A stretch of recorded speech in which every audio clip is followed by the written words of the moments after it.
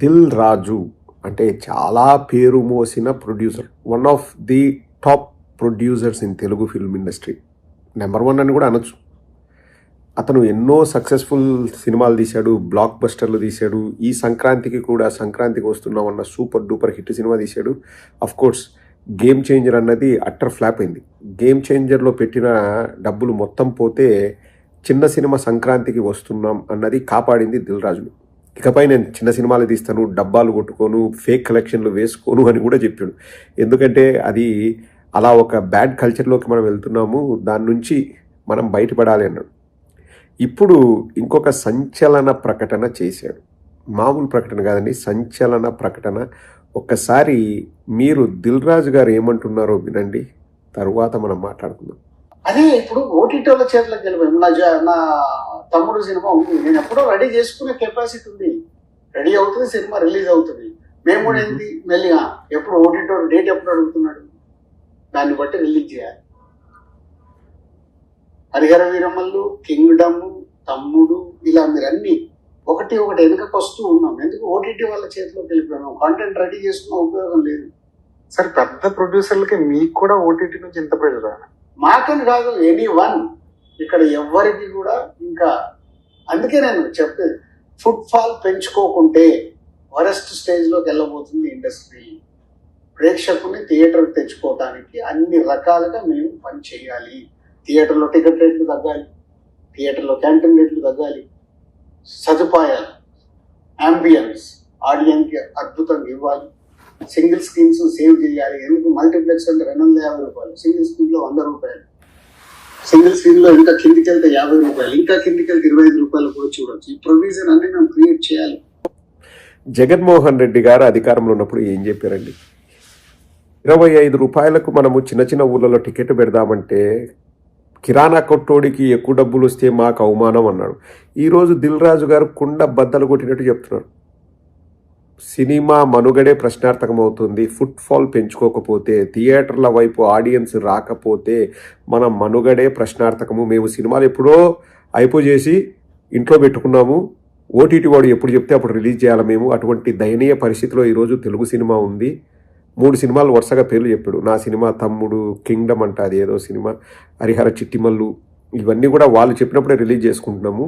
ఇంకా Harihara చిట్టిమల్లుకైతే dead line పెట్టేశారు OTT వాళ్ళు. జూలై లాస్ట్ లోపల రిలీజ్ చేస్తే చెయ్యి, లేకపోతే మా అడ్వాన్స్ మాకేం చెప్పారని చెప్పేసి మనం ఇంతకుముందు ఒకసారి ఈ వీడియోలో కూడా చెప్పాం. జగన్మోహన్ రెడ్డి గారు ఏం చెప్పారండి? థియేటర్లు అవి బతకాలంటే టికెట్ రేట్లు తగ్గించండి అని చెప్పారు. మా సినిమా కోసం ఆపాడు. ఈ పవన్ కళ్యాణ్ పొలోమని అన్నిటికీ దూరిపోతాడు. మనల్ని కూడా ఆపేది, నా సినిమా మీదనే కక్ష కట్టినాడు, అందుకే సినిమా రేట్లు తగ్గించినాడు. ఎందుకు ఏ సొట్టకూతలన్నీ? ప్రతిదీ జగన్మోహన్ రెడ్డి గారు ఏదైనా మంచి ఉద్దేశంతో చేసినా దానికి పెడార్థాలు తీసి మసిగూసి మారేడుకాయ చేసి జగన్మోహన్ రెడ్డి గారిని బ్యాడ్ బుక్స్లో చూపించాలి.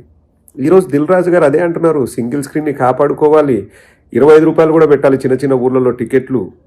జగన్మోహన్ రెడ్డి గారు కేటగరైజ్ చేసి ఏబిసి సెంటర్లో ఏవో చేసి సి సెంటర్లో 25 రూపాయలు అట్లా టికెట్ పెడదాము అంటే కిరాణా కొట్టోడికి ఎక్కువ వస్తుంది మాకంటే, అది మాకు అవమానము, సినిమాకి అవమానం అని ఆ లొట్ట పీసులో నాని అనేవాడు వచ్చేసి ఓవర్ యాక్టింగ్ ఉంటాడు. ఇప్పుడు నానిని బతికి మన తెలుగు సినిమాను.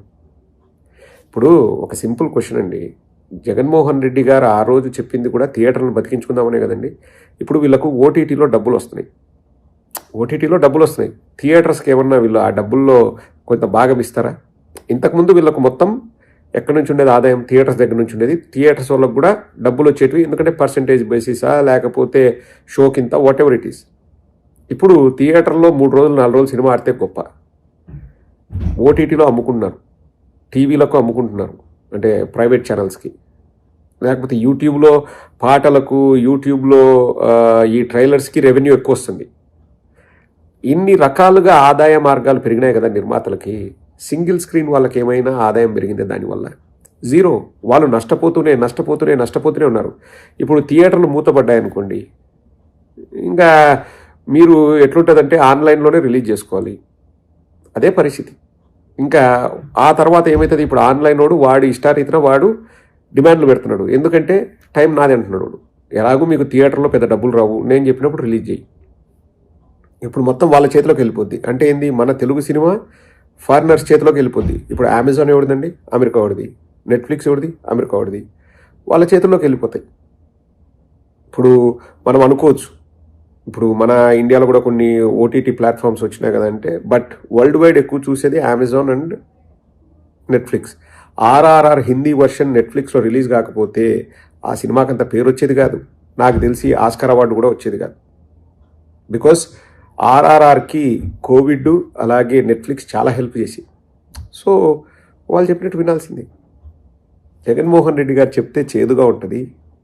ఇప్పుడు పవన్ కళ్యాణ్ని మరి నా ఇష్టం వచ్చినప్పుడు రిలీజ్ చేస్తా అని చెప్పేసి ఓటీటీ వాళ్ళతో గొడవడమును, అమెజాన్ వాళ్ళతో గొడవడమును పొర పుస్కి అంటారు. ఏమంటారు?